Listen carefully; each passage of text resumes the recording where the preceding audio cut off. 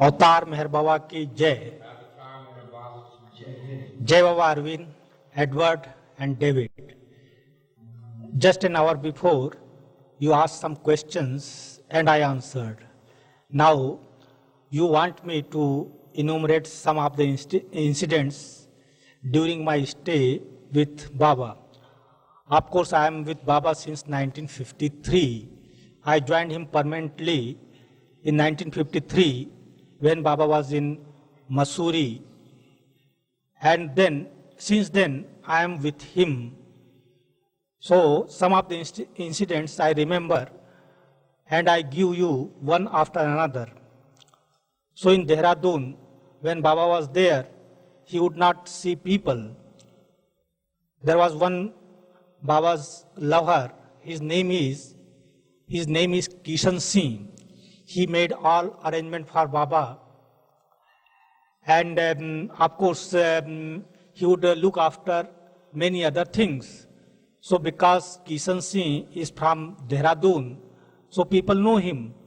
And when Baba would not allow anyone, they would catch hold of Kishan Singh and request him, please arrange for our darshan. And it was very difficult for Kishan Singh to approach Baba for that, because Baba had given strict instructions to Kishan Singh that he would not bring anyone to him. But sometimes when Baba would ask Kishan Singh would tell Baba that now people are very eager to see you and please give them darshan. So every day Kishan Singh would tell Baba and Baba would refuse. Then Kishan Singh started telling Baba that now Baba, it is very difficult because they come every day to me and they request me that I should do something for them.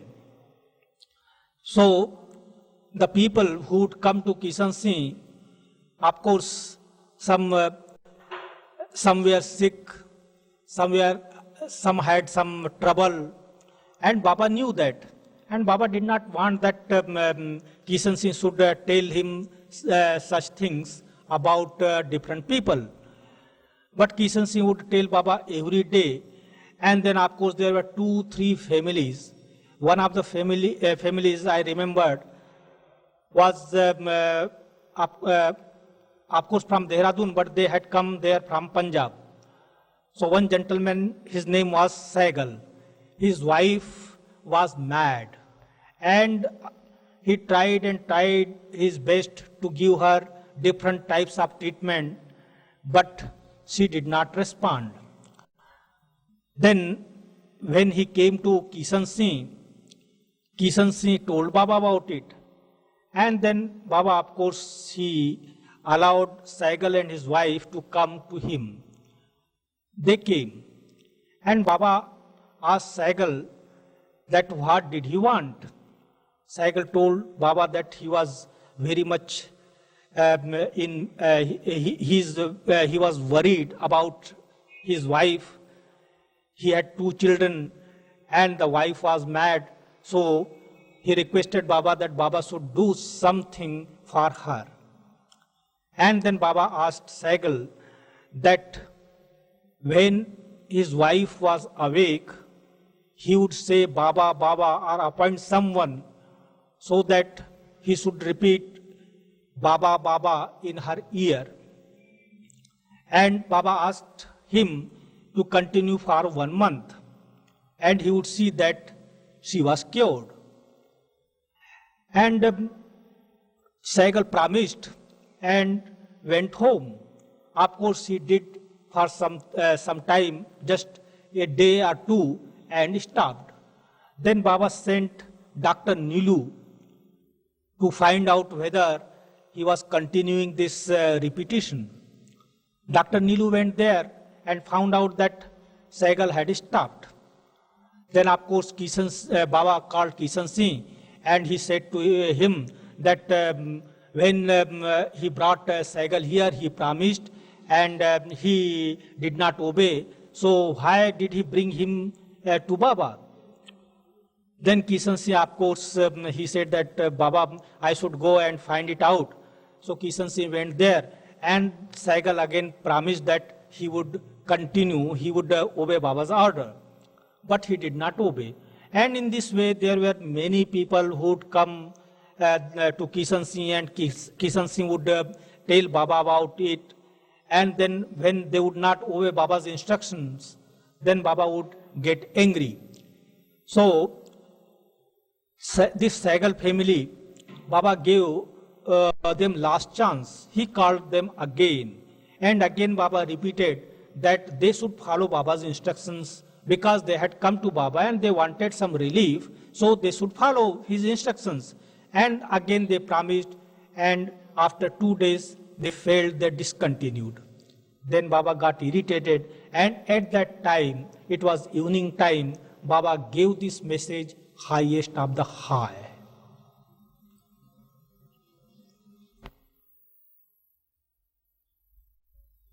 Yes, Jai Baba.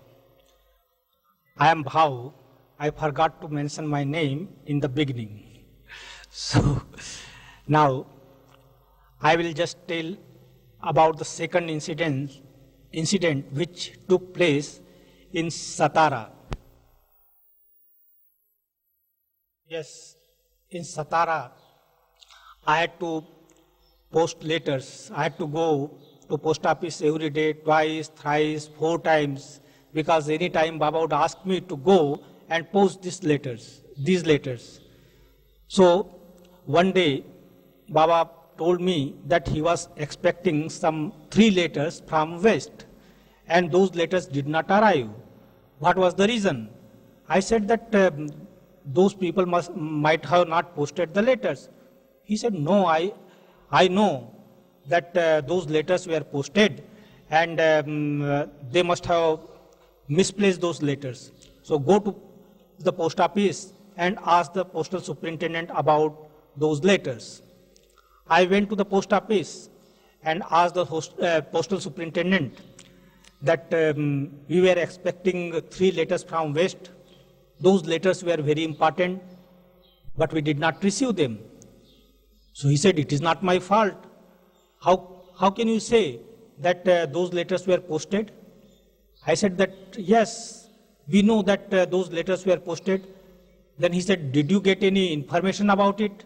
I said, no. Then he said that whether those letters were registered? I said, no. Then he said, we are not responsible for ordinary letters. So I came back and told Baba. So he said, go again and tell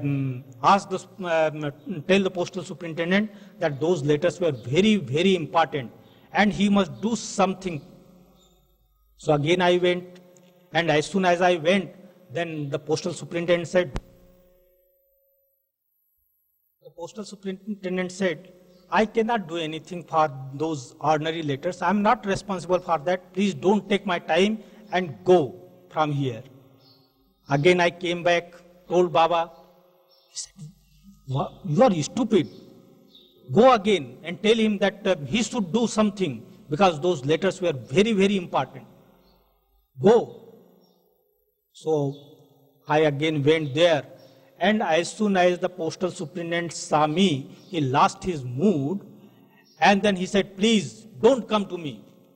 So very politely I just stood before him and said, please, because those letters were very, very important, that's why I am coming to you, and I have come thrice. So please do something. This is not ordinary matter. This is something serious. That's why I am requesting you. But he said, what can I do for that? I cannot do anything. I said that you can do because you know you are the authority here. So I think that you will be able to do something. And my mood, of course, I was very much worried and I very polite. So he understood the seriousness. He said, all right, sit down. And then he was thinking, and he said, all right, one thing I can do. You just give me the addresses of those 3 people from where you expected those letters, and as soon as we will receive those letters, of course, we will send them immediately. This much I can do. And you also do one thing, that you write letters to them whether they had posted those letters or not. So this much I can do, give their addresses. I gave the addresses. He wrote down all the 3 addresses. He called the clerk and he said that now you should be in lookout. As soon as those letters arrive here, you send those letters to Meher Baba. So I was happy to some extent, because Baba wanted that I should bring those letters to him. So I went to Baba and said, Baba, now the postal superintendent told me that as soon as those letters arrive, he would send them immediately. So Baba said that, but why did you hesitate when I asked you to go to him again and again? Why did you hesitate? Tell me. I said, Baba, because this matter, of course, the postal superintendent got very angry. He was upset. He was upset, and it is not good to go to him again, because he had already replied. So he said that you take care of the postal superintendent and you don't take care of my order. So if I don't receive those letters by tomorrow, then I will see. Then of course I came to Mandali's bungalow, and in the night I was very restless whether those letters come to the next day or not. So I was thinking about it, and the next day in the morning when I went to Baba, he did not say anything. What I want to convey is that Baba wanted me to obey him 100%, and I should not care for anyone. And that was the reason why he sent me 4 times to the postal superintendent. Now I give one incident of service and obedience. It took place in Meher. I was keeping watch near Baba. So one night what happened, Baba got up at about 2 o'clock in the night, and he said, I am very hungry, give me something to eat. So there was one box of chocolate. I brought that box, put it near Baba, took out the lid. I also put the lid there, and I just went to open the window. And I don't know how that lid fell down. And as soon as it fell down, it struck Baba's foot here. Oh, Baba, then he played a havoc with me. He said that how careless you are, how careless. Now this lid has stuck at my feet, and now it is giving me pain. So you must be very careful, very careful. And then he scolded me like anything for half an hour. And then afterwards, of course, he stopped, and I thought that he would take rest. He went to bed, but did not take rest. He said, oh, the pain is so severe. Now I can't bear it. Again he got up, scolded me for half an hour. He said, what is this? You are so careless. And now this pain is too much. I can't sleep. What to do now? So he went on scolding me. Again he went to take rest, but he did not. And I was thinking that Baba says that he suffers infinitely, and just see this small lid.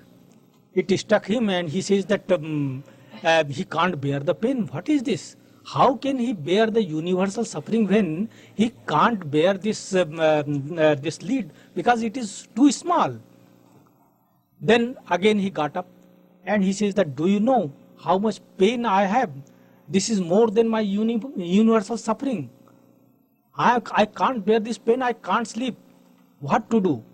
And you are so careless, whether you have come to serve me or to kill me. You are killing me. So what to do? What sort of God he is? He says that he suffers infinitely, and this much pain, this is nothing for me. He can't bear it. So at that time, after 2 hours, I also lost my mood. But I did not say anything. I did not utter any word. But inside, of course, I was boiling that Baba is harassing me like this. What is this?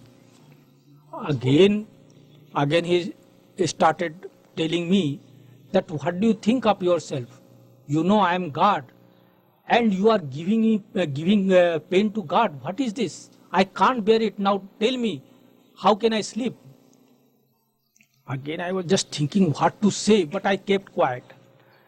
But then he called me near him and said, sit down here. I said, I am all right. I did not say. He said, obey me. I want you to sit down here. So of course I sat down. Now he asked me, what do you take me for? I said, you are my master. And who are you? I said, I am your slave. So he said, what is the duty of the slave? I said, just to serve the master. Then do you serve me? I said, yes, Baba, I try my best. This is small lead. So he said, always remember this, that your duty is to serve me. So instead of thinking that you made a mistake, you are thinking that how can Baba suffer infinitely? Because you have this thought. You did not realize your mistake, that you give me this pain. That's why I am suffering. And this is more than my infinite suffering. Because your duty is to serve me, not to think of anything, whether I have this pain or not. What you have to do with that? Your duty is just to serve me. So instead of that, you are thinking that how can Baba suffer infinitely when he cannot bear this much pain? You know, this very thought gives me pain, and it is more than my infinite suffering. And then of course I kept quiet and forgot everything, because then I realized that why Baba harassed me like this, because he wanted me to understand that my duty is to serve him. And he said that you have no idea about my suffering, how I suffer, but you have nothing to do with that. Only think of serving me and nothing else. And there is another incident about, again, obedience and service. I used to keep watch near Baba.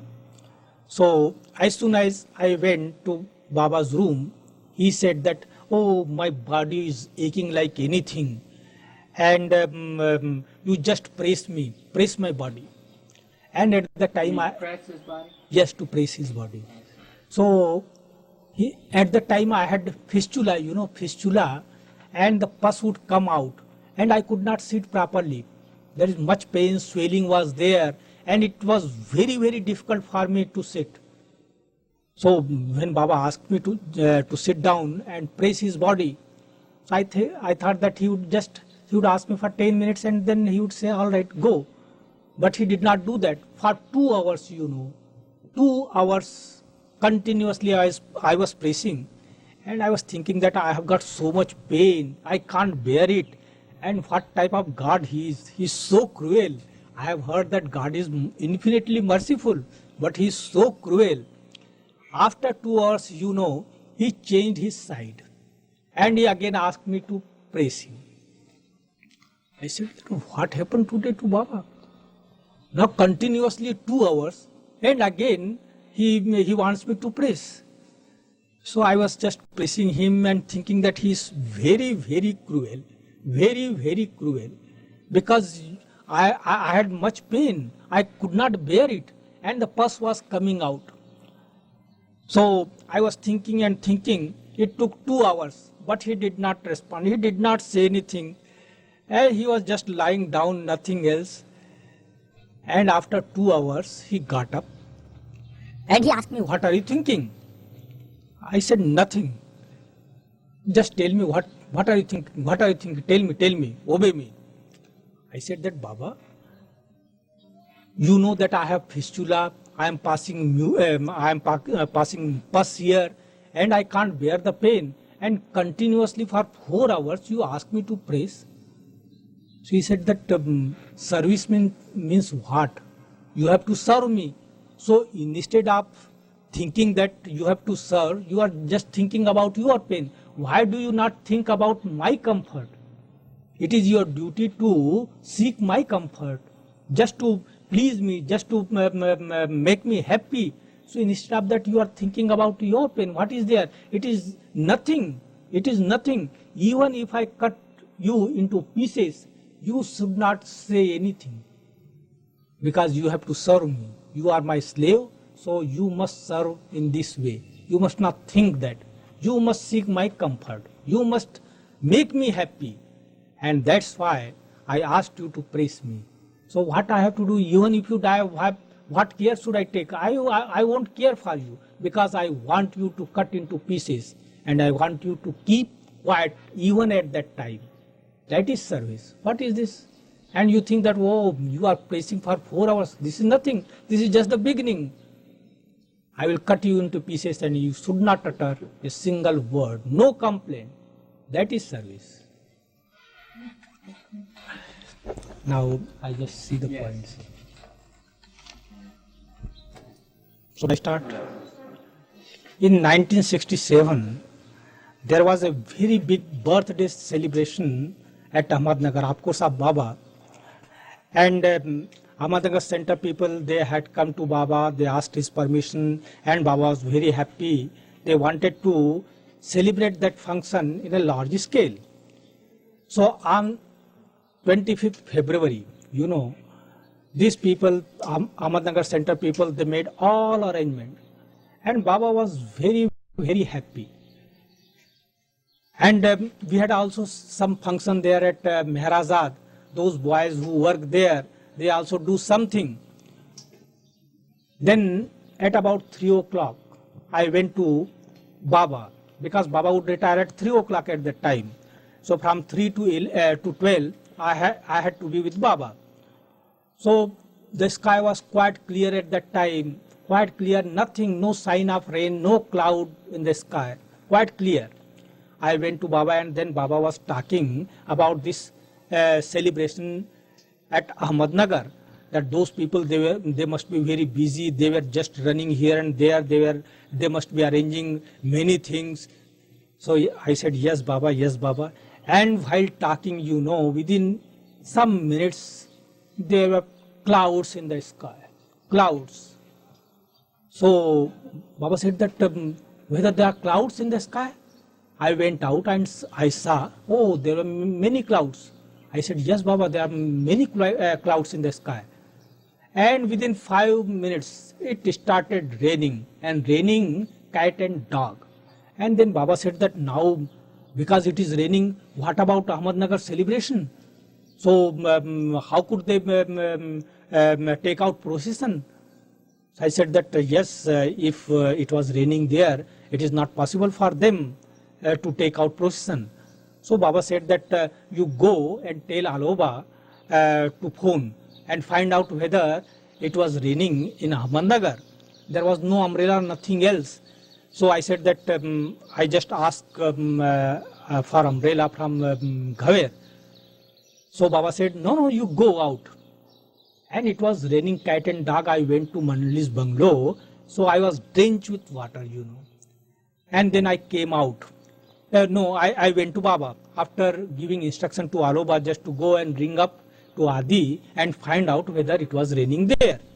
When I went to Baba, Baba asked whether you told Aloba. I said yes, but now I am wet, Baba. My clothes are wet. So Baba said, no matter, but did you tell him that he should come? He should come and tell me whether it was raining there or not. I said, no, I did not tell. Then again he said, you just go and tell him. Go. Again I went in the rain, you know, and I told Aloba. And again went back to Baba. Baba asked me whether you told Aloba. I said yes. And I was wet. So I lost my mood. Why Baba wanted me to go in the rain? What was the hurry? Then of course when I got angry, Baba called me, you know, and he dried my whole body with his kerchief, and he gave me his bedsheet just to put on. Then of course I felt Baba's love very much. He said, I said, I would dry my body. No, no, no, come here, come here. He asked me to sit down and he dried my whole body, gave me a bed sheet to put on, because I had to be with Baba for up to midnight. So then I was thinking that why Baba made this hurry and why did he send me to Aloba? There must be something.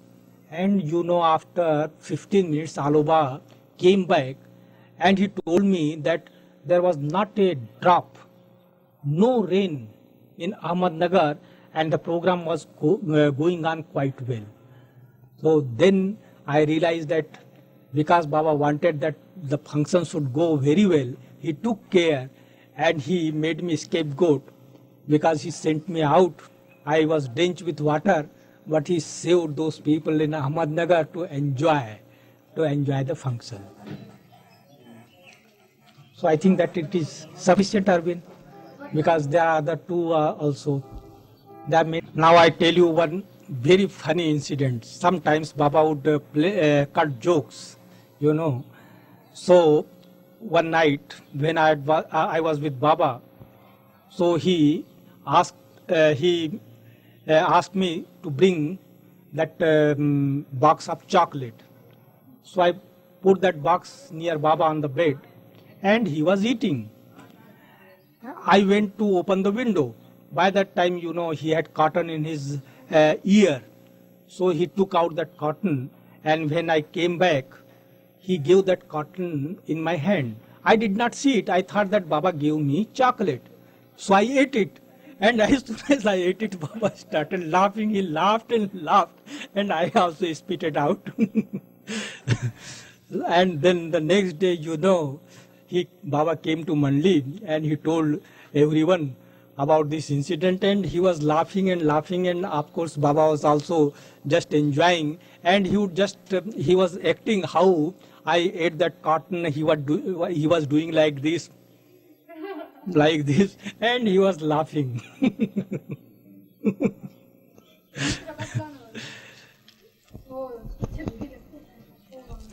All right.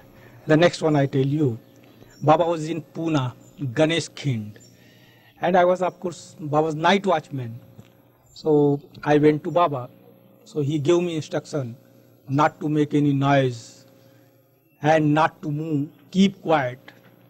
He asked me that he told me that he was very, very tired and he wanted to sleep. So he said that today you should not make any noise. Sit there on the chair. So I went and sat there. And then, you know, that coughing sensation was there. So I wanted to check it. The more I wanted to check it, the more I would get that sensation. And it was very difficult to check it. So I tried like this. Then afterwards what happened, that I took out one kerchief and put inside my mouth, because it was very difficult. I was just moving like this, that sensation of cough, it was there. So when I put that kerchief, you know, I got that sound from with like this. And then, of course, Baba got up and he said that I asked you not to make any noise and you disturbed me. I was sleeping all right and you disturbed me. And then he scolded me for half an hour. He said that now it was not possible for him to sleep. He was sleeping all right, but because I disturbed him, so now he could not sleep. And then, of course, he called all the women. And he said that you don't go out, you just stand near the door. And you know, when the women, ladies, they went to Baba, women Mandali, he told them that this fellow, I told him not to make any noise. I was so tired, I wanted to sleep, and I was sleeping. And he disturbed me. He made noise and I got disturbed. So just see how he troubles me. He has not come to serve me, and I was listening all the time. All the time I was listening, and for that particular reason, Baba asked me to stand outside the door so that I may listen. And I listened. And then, of course, he said, somebody pleaded for me that something must have happened. But he said, no, I don't want to tolerate such thing. He disturbed me and I could not sleep now. And then after 15 minutes, he asked them to go. and then he called me inside. And then he asked me, why do you harass me like anything? Did I not tell you not to make any noise? Why did you make that noise? So I said, Baba, you did not ask me the reason. I did not make that noise purposely. I would have died. Died? How? I said that I got that coughing sensation and I wanted to check it. I could not check it. And because I did not want to make any noise, I just put kerchief inside my mouth. So why did you not tell me inside? I said, beforehand, I said, Baba, you know, already you know, but why do you harass me like an... Oh, really? I take oath. I did not know that. I did not know that. All right, come and embrace me. I did not know that. So, Baba wanted me just to harass, just to keep quiet, just to subdue my anger, you know. And for that particular reason, he just played this trick. He knew very well, but he wanted me just to play this. And within 5 minutes, everything came in my mind. The ghazals, you know, I can't explain it properly, how it happened. But the only thing I would say that just like wind enters, just like wind, everything entered in my mind and I could follow each and everything. And then Baba called me and without saying anything, he told me to start writing ghazals. So within 2.5 months, I wrote about 140 ghazals and also translated Wayfarers and 140 ghazals within 2.5 months. I forgot to mention the year, it was 1968, not 1967. Then Baba came down to Meherazad and of course he gave those ghazals for print. But Baba did not stop here. He would give me one line every day when I would go for watch. But at that time, I had no time because I was very busy. I was attending to Baba during night time. I had to do correspondence. I had to write many other things. And I had to attend many other things also. So it was not possible for me to write ghazals. So Baba said that keep all these lines and whenever you find time, you write them. Compose ghazals on those lines. But unfortunately, I did not get time and those lines are still with me and sometimes I will, when I will get time, I would compose the ghazals and then it will be printed. Those ghazals will be printed. Then on 24th January 1969, when Baba was very sick, at that time, Baba called me and he said, you have to write my life account in full detail, that too in poetry. Of course, when Baba would give instructions, at the time when he would move his fingers, he would get jerks and it was a terrible job. And I was just feeling that Baba should not give those instructions just now. When he would be all right, he should give. I did not know that soon after a week, Baba would drop his body. So I would just listen and would say to Baba that please don't give me these instructions just now.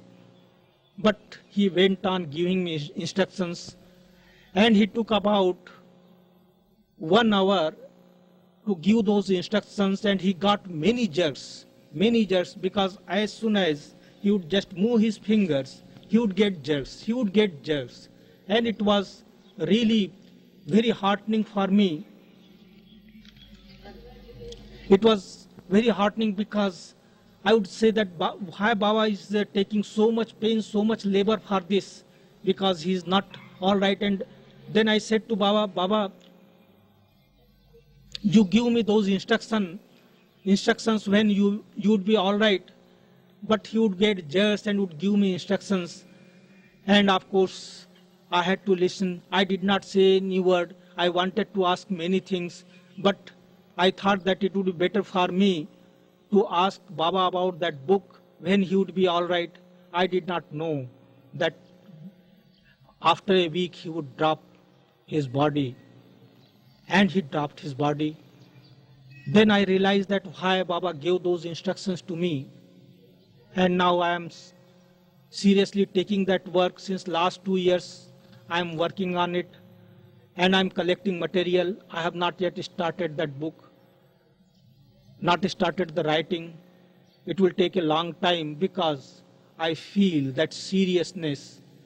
I feel at the time when Baba was in so much pain and he gave me those instructions.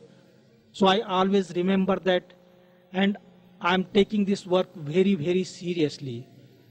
So this book will be in poetry, but I will write the whole thing in prose first, and according to Baba's instructions, I will write afterwards the whole thing in poetry. Then Baba, in 1967, Baba has also given me another work, that is The Nothing and the Everything. First there was The Everything and the Nothing. Yes, the first book was The Nothing, The Everything and the Nothing, which I translated into Hindi and put the whole thing in conversation form. Then Baba asked me to write The Nothing and the Everything. He has given me the points, and I have to write the whole book. So I have got 3 works now. First is the life account of Baba, then The Nothing and the Everything, and the ghazals.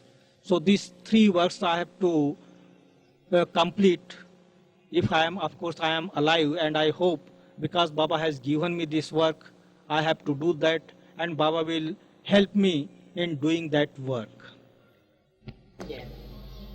चलो आप मेरे पीछे आना.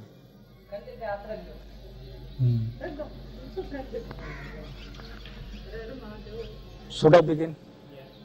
Here is my wife, Rama Kalchuri. She is no more wife, but my relation with her is just like my sister or mother. People ask Baba's miracle, and this is the miracle where wife turned into sister or mother. This relation I have got with her, this is pure relation, I should say, and this is Baba's greatest miracle which he did for me, greatest gift, I should say. That's all.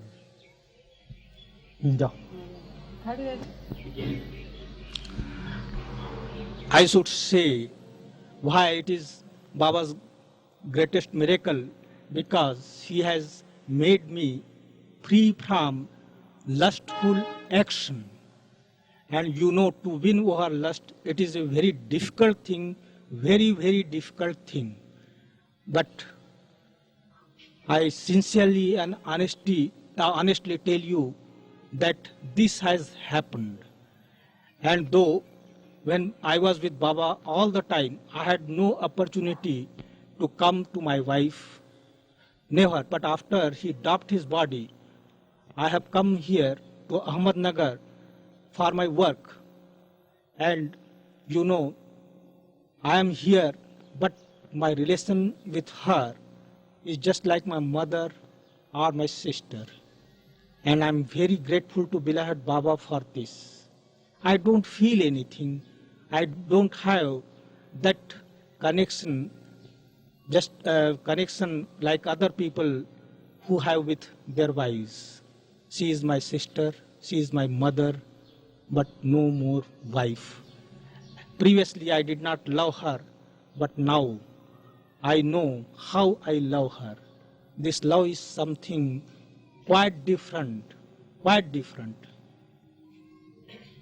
And that's why I consider it Baba's greatest miracle in my case. I did not convey to her anything. It came in a natural way, very, very natural way. How was that? How was that? Just like you and yourself and your sister and mother and everything as you live among them, it is just like that. It came in a natural way.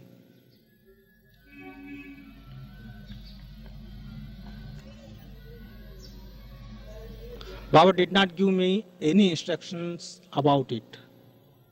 He never said anything. You know, he never asked me. But I could feel that he made me like that, I should say. Tell us some anecdotes. Yes, anecdotes. तुम जाओ. तुम जाओ.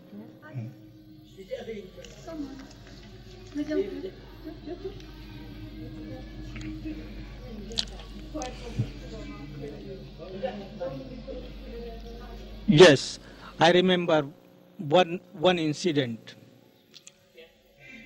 We were in Pune Guru Prasad, and every day when I would go to Baba, in the evening for night watch, so he would say whether Nehru would come to see him. And Baba would say that he was in seclusion. He did not want to see anyone. And if Nehru would come, what he would do? I said to Baba that it is not possible for Nehru to come over here. And if at all he would come here, he would take an appointment. And then, of course, he would be refused. Then again Baba would say, but if at all he would come here, then I said that he is the Prime Minister. How can he come like this without any appointment? Baba would say again that if he would come, I said, no Baba, it is not possible, impossible. He would not come like this.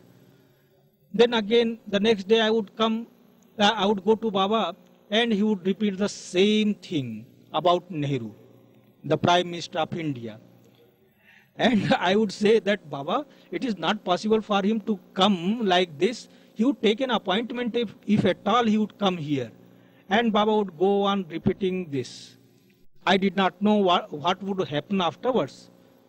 And one day, you know, we heard in radio that Nehru died. And then I realized why Baba was repeating this thing very often, practically every day. And then I felt that Nehru did come to Baba and he did not take any appointment. You didn't take an appointment. Very good. When Lal Bahadur Shastri was Prime Minister, he went to Tashkent for compromise, I should say, between Pakistan and India. So Lal Bahadur Shastri left India, and here, of course, when I was with Baba, Baba was asking me whether Lal Bahadur Shastri would survive there. So I had much feeling for Lal Bahadur Shastri. He was a nice man. So I said to Baba that he is a nice man. Why did he not survive? What is there after all? But Baba would say that there is in Tashkent there is much cold, and he will not be able to bear the cold. So I said that Baba, if you want, he will survive. What is there? Just keep your nazar on him. And if you want, then why not the Prime Minister, the President of Pakistan should die, because of him there was trouble. So if Ayub died, it would be much better. Baba said, no, he was very strong. Very strong. He was military man, commander-in-chief. So Shastri would die, I think. I said, no, Baba, keep your nazar on him. He is a nice man. And you know, when I came back from night watch, Nariman, Eraj and others were there, and I told them, that Baba said this about Lal Bahadur Shastri. And in the morning, you know, the radio news was that Shastri died. Should I take out? All right. Begin. In 1943, Baba was in Lahore, and there was a great famine in Calcutta. Hundreds and hundreds of people were dying every day. No grain was available there. So, from Lahore, Baba sent Chanji and Baba Das to Calcutta to make an arrangement for feeding the poor, to make arrangement for a bungalow so that Baba may feed the poor. Poor means the middle poor. There were many poor people in Calcutta who were dying, but you know, Baba wanted to feed the middle class people. The middle class people, they don't borrow, they don't beg, they die like that. Of course, poor people, they beg, they borrow, and they steal also. But these middle class people, they won't go out, they would not borrow, they would not beg anything. So, Baba gave this duty to Chanji, Baba Das, and of course Erach was at that time in Pune, so instructions were sent to Erach to be in Calcutta and help in this work. So Erach also went to Calcutta. And it was very difficult to find out the middle class people because they won't come for any feast or anything. Very, very difficult problem. And they had to find out from different people. They would go from house to house, and it was really a difficult job. Anyhow, they arranged for a bungalow, and they went out for search.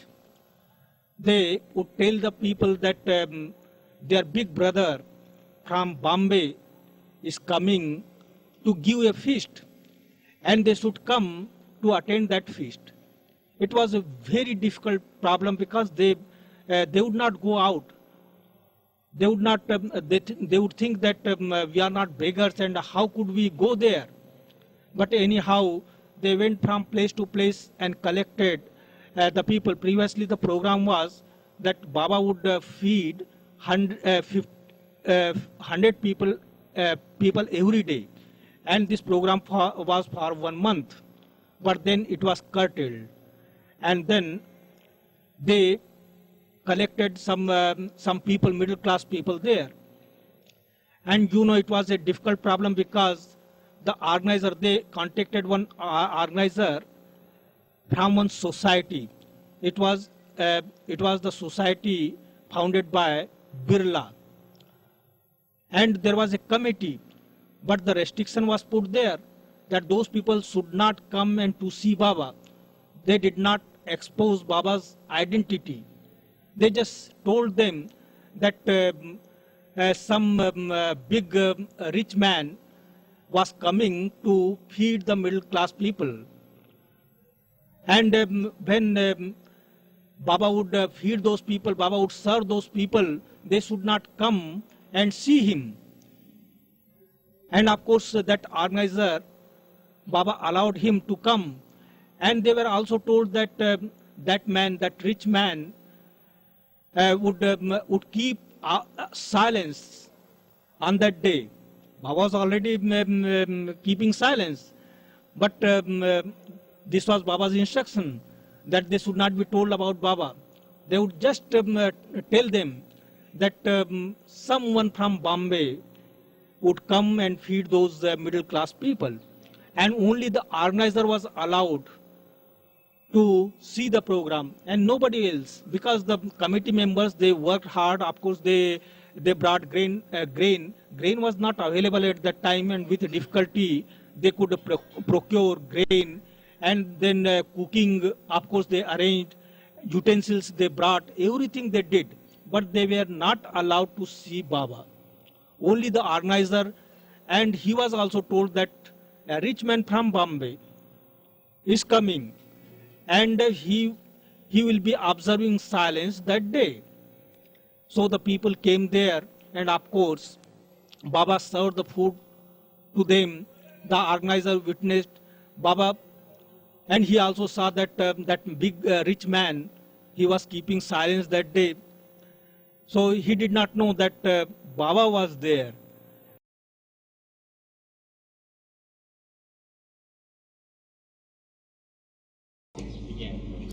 Yes, Jai Baba to you, Arvind. And please convey my Jai Baba to all in West who are the rays of the sun. Now you want me to tell you some stories. Before that, I want to introduce my two children, Mehernath and Sheila. They are with Baba since their childhood. Of course, my wife is there, but she is no more my wife. She is my sister, and I should say she is like my mother. You know, and this is the greatest gift I got from Baba. If I would get millions of dollars,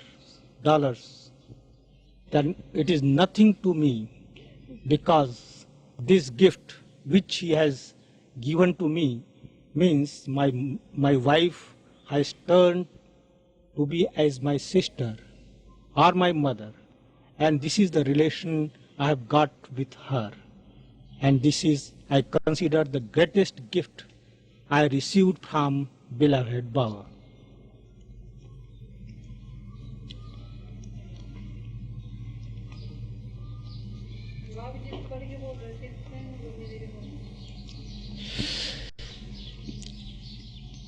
Should I begin? Yes.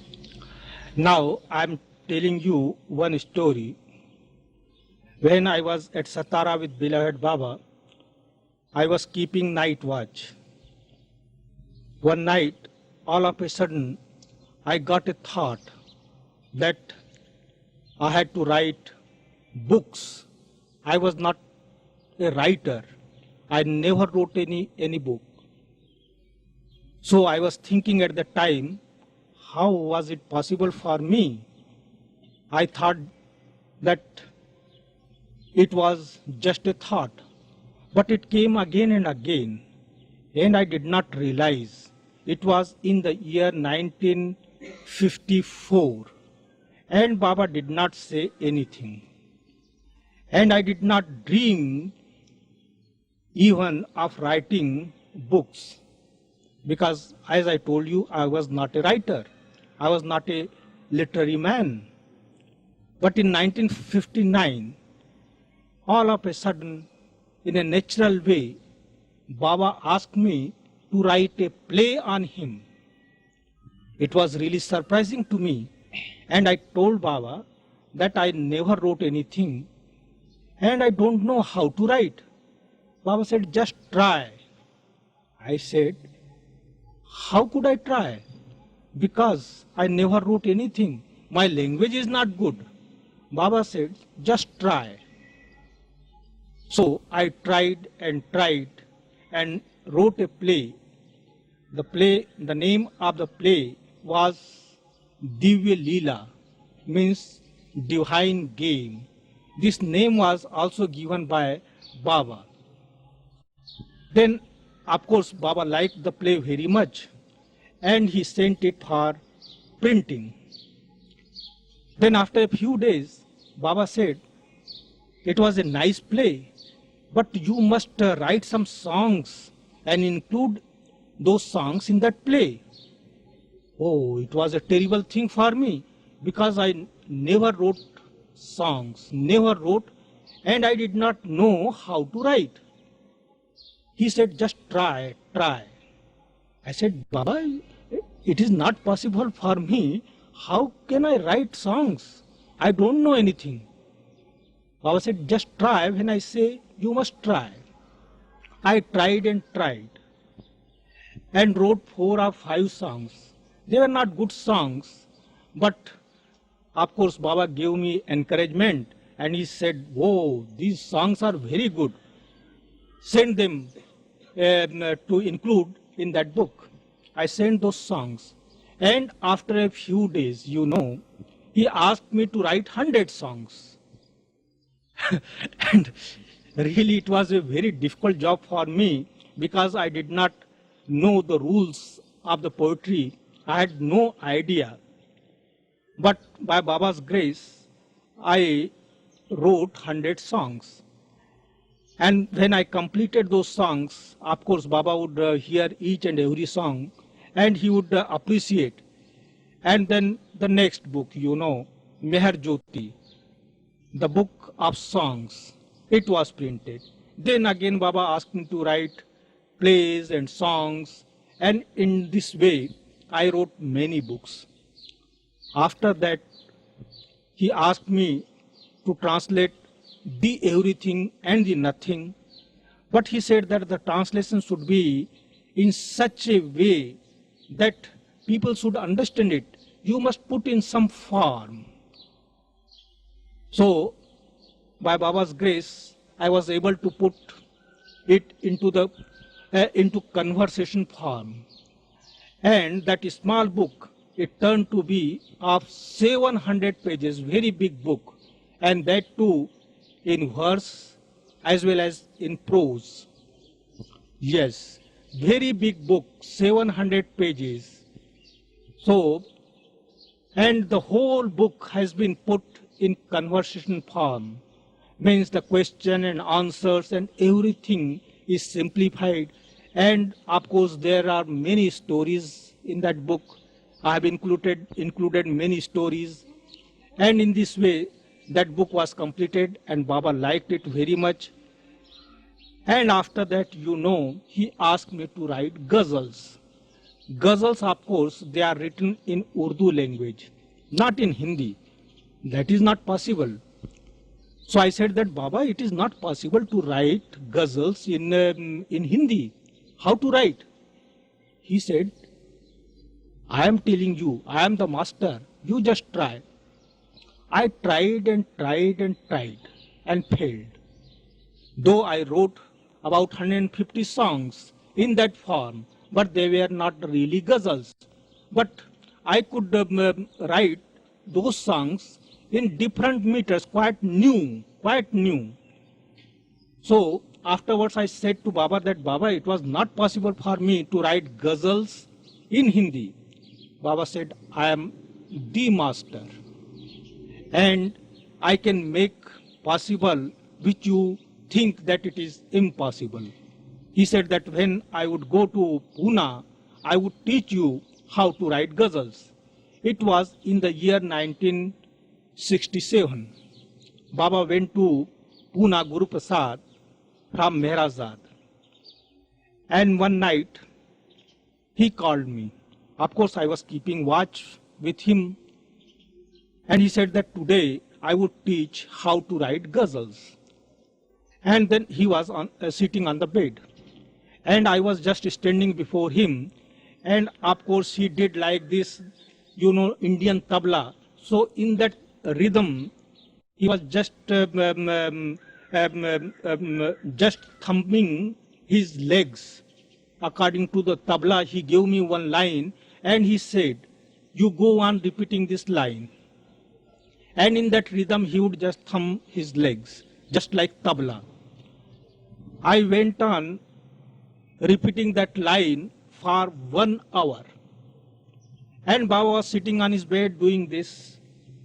So afterwards I thought that Baba was perspiring. It was summer time. So I said, Baba, you are taking so much labor, but I don't understand anything. He said, stupid. What I say, you just follow. Again, he went on for half an hour. And then, of course, I was thinking that Baba takes so much labor for me and how foolish I am that I can't follow anything. Now what to do? Manager, organizer never met Baba and he did not know anything. He knew only that someone from Bombay came there. But he was touched by Baba's personality and the love with which he served the food. He gave clothing to those middle class people. And he was asking that who was he? And then when the Mandali people, they told him that he was a rich man from Bombay, he did not believe. At that time in Calcutta, it was very difficult to hire a bungalow, very difficult. And these Mandali people, they went from place to place, suburb to suburb. They could not find one bungalow there. But it was Baba's miracle that one big officer who was in charge of rationing, he gave his own bungalow free of charge. And he also gave his car for Baba's use. Though he did not know anything about Baba, only thing he heard that mean to feed the middle class people who had no means for their livelihood during that famine. And he was touched. But when he saw Baba, he was also feeling that he must be some saintly personality. After completing that program in Calcutta, Baba went to Lucknow and he wanted to feed there also the middle class people.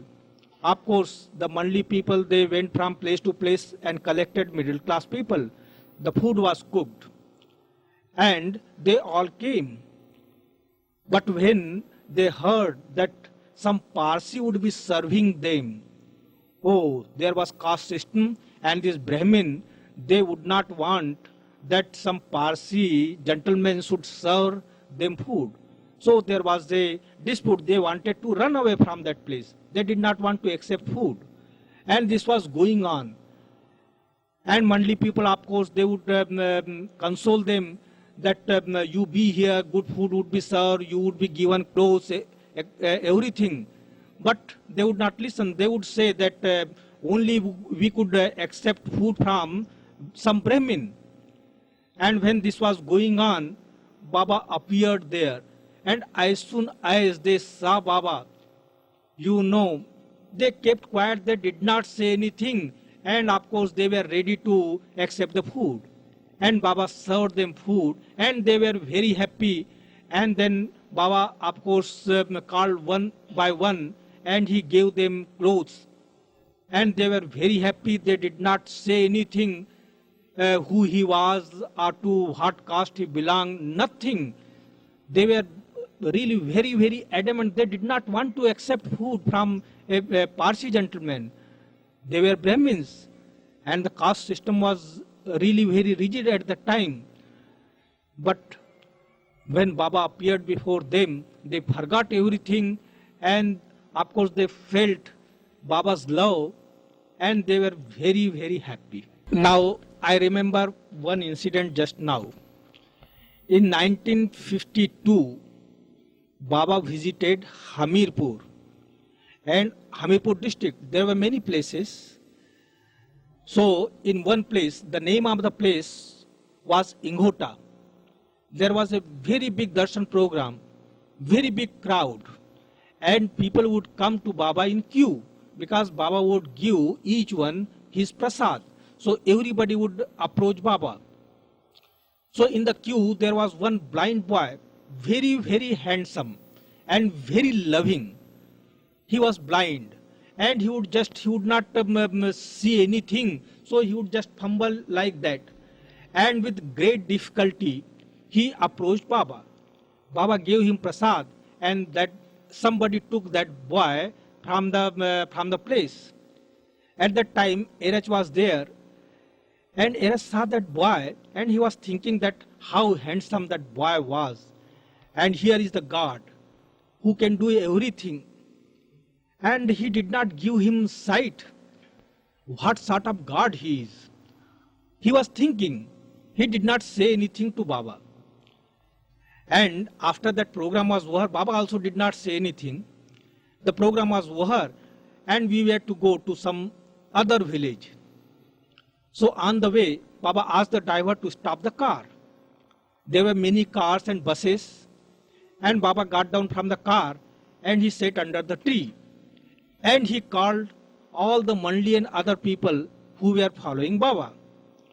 And he said, today God saved me. Oh, I wanted to do something against God's wish. But it was good that God saved me. Then somebody asked, what happened, Baba? He said that, when I was giving darshan and people were coming, there was a very good boy, very handsome, and he was blind. So as soon as he came to me, I felt that I should give him eyesight. I should give him sight. But God saved me and I did not do that. And it was good for him that I did not give him sight. It was good for him to suffer like that so that he may gain something afterwards. It was very good for him, and of course God is merciful. So he saved me from doing this unjust work. So at that time, Era said that the thought came in my mind that Baba says that Baba is God, and he did not give him sight. What harm was there if had he given him sight? And that's why, that thought which Erach had at that time, Baba did not say anything to him, but afterwards he asked the driver to stop the car and told everything, that it was not good for that boy to have sight. It was good for him to be blind in this life. According to sanskaras, one has to finish up some sanskaras, and if those sanskaras remain there, that means he had to finish those sanskaras. If not in this life, then in next life. So it was good for him to be blind like that and to suffer, so that he would gain something in his next life. Just like, if you have the sanskaras of happiness, then in order to finish those sanskaras, you have to pass through misery. Quite opposite. So for that boy, he would have made some bad use of his eyesight in his previous birth. So it was good for him to be blind in this birth. And he was fortunate enough to come to Baba, and Baba must have given him something which would, of course, open his inner eye, and that is something very great. Just now I remember one incident. It happened in 1929. There was one boy in Premasram. His name was Genu. He fell sick. No, he did not fall sick.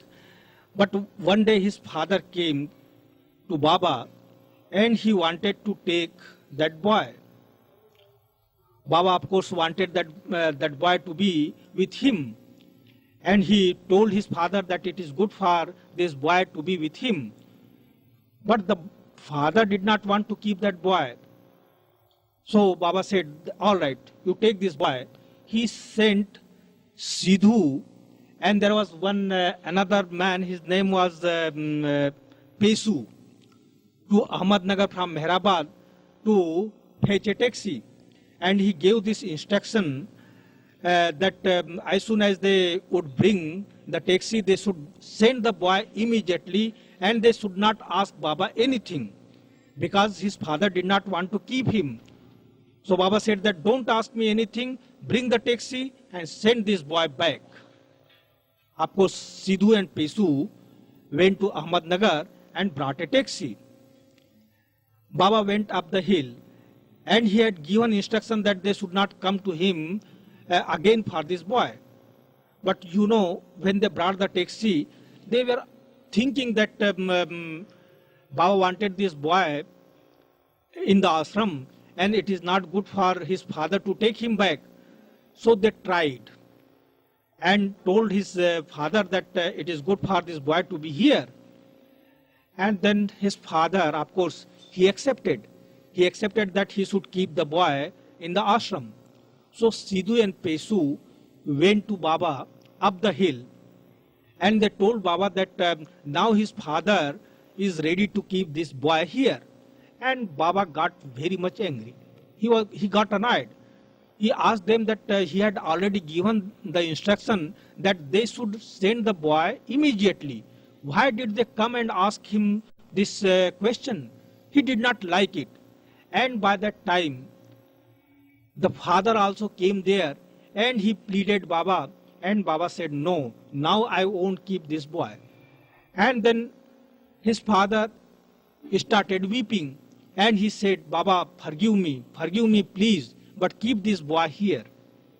Baba said that you keep this boy here, but on your own responsibility.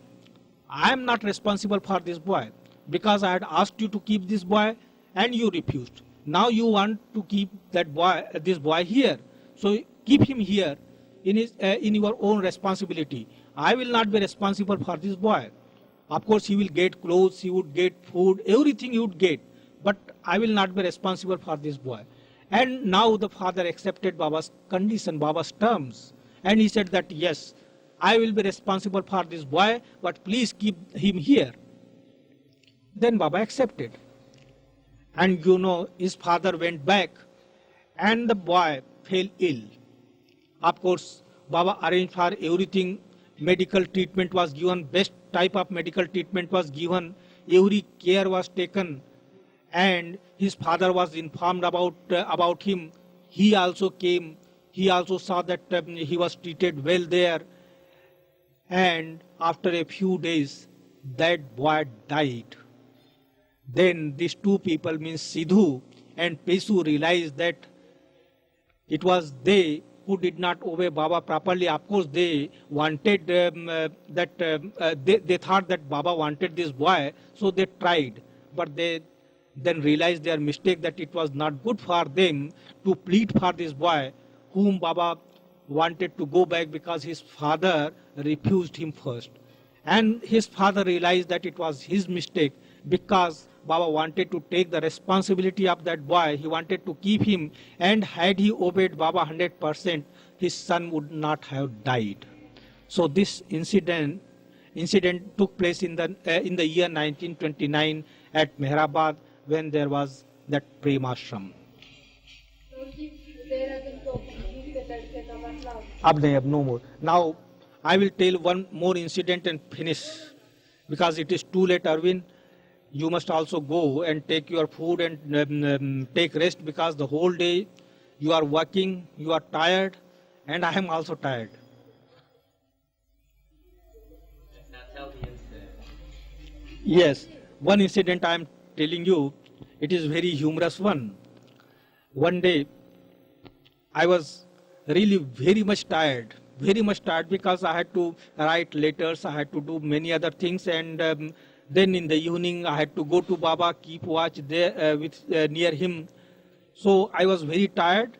So when I was thinking that now I must die, it is too much for me. It is too much, because no rest, nothing. Every day something crops up, and during daytime no rest, during night time no rest. Continuously it went on. So I was thinking that I must die. So when I was with Baba, I was pressing his feet there. I was thinking that Baba should just give me his blessing so that I may die. And Baba got up and he said that when you would be 70 years old, how would you walk? I said, Baba, I want to die immediately. Any moment, please shower your blessing so that I may die. So Baba said that, no, just tell me that when you will be 70 years old, how will you walk? I said, I don't know, but I don't want to live anymore. I want to die. But then, Baba just acted like this, that you will be walking like this, that, and there would be beard and wrinkles in your face, and like that. And actually, I was very much worried, but I laughed just to see Baba's acting. Yes, I was thinking of dying. So Baba did not ask me that, but he knew that what I was thinking at that time. So instead of asking that, he asked me how would I walk when I would become 70 years old. And when I said that I want to die immediately, I want to die this moment, then of course he acted that you would walk like this. I was worried, but at that time, as soon as Baba started acting, I laughed. So he made me happy. Show us how he was acting the walkout. Just he was sitting like this, so he said that you would walk like this. There would be wrinkles in your face, and you would put on glasses like that. You would do like this, and he made me laugh. He made me laugh.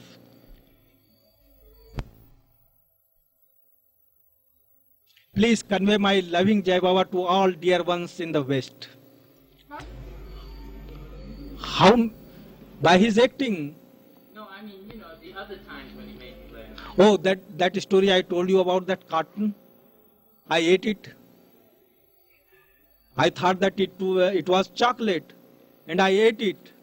So Baba laughed, and the next day, he told the Mandali that he was just eating cotton, and he was just doing like this. He was eating like that. He told the Mandali.